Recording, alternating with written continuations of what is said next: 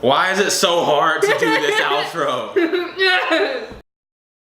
Hey guys, welcome to Top 5, where we cover topics relating to college, adulting, social life, and everything in between. Today, we're going to be covering finals. Yes, those dreaded finals have finally made it here.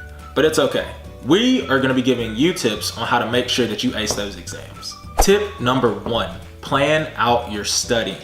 By you planning out your studying, it makes sure that you're going to hit all of the topics you need to hit in a reasonable amount of time. When planning out your studying, the first thing that you need to do is write down all the topics that you're going to study. Then, after you've written down all those topics, make sure that you create a time frame with hard, concrete times about how long you want to spend on each subject. By creating this time frame, it makes sure that you're spending your time effectively and you're covering all the topics you need to at the same time. Plus, because you spent your time effectively, now you're able to go back after you finish studying everything and review those things that you may not have finished or the things you think you need reviewing on.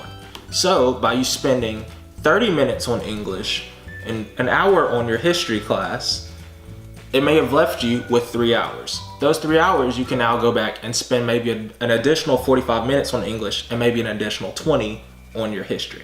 Tip number 2, study in short increments. It has been scientifically proven that if you study in like 30-minute blocks or 50-minute blocks and then take a break, you're gonna retain the information way better than you would if you're gonna spend 2 straight hours like frying your brain. You're gonna be so brain dead by the end of that. You're gonna be exhausted. So if you study for 30 minutes and then take a 5-minute break and then study for 30 more minutes, take another 5-minute break. That will help you retain the information better so that you can do better on your exams. Tip number 3, talk to your instructor. Now, I'm gonna start this by saying you should have been using this entire semester to get to know your instructor. But we know that's not always the case. If you haven't been to office hours all semester, bring in an assignment. You don't understand how much this will help you, and it sounds kind of crazy, but just hear me out. By you bringing in that assignment that you may have made a 95 or 100 on, or a test that you've done very well on, it's gonna have your name on it. It's also gonna associate a grade. That's gonna help them tie what kind of person you are to why you're in there. So then you don't seem like just that desperate kid that's coming in at the last second to get that B or get that C, when you might be that person, but it's gonna not come off that way anymore, and they're gonna be more likely to help you.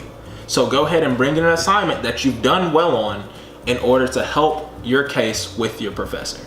Tip number 4, exercise when you're not studying. Now, I know this whole video is about how to have better studying tips and study hacks for your finals, but why are we talking about doing something while you're not studying? When you're not studying, your brain needs time to recuperate. Or if you're taking some downtime, your brain may need a little bit of a jump start. Exercising is going to help that out tremendously. By you exercising, it helps increase blood flow to the brain, which is going to help it think easier, and it's going to relieve some of that stress that you've been feeling and building up while you've been studying. Those 2 things alone is going to help tremendously while you're studying. Exercising while you aren't studying is important, but keeping your body active while you are studying is equally important for the same reasons.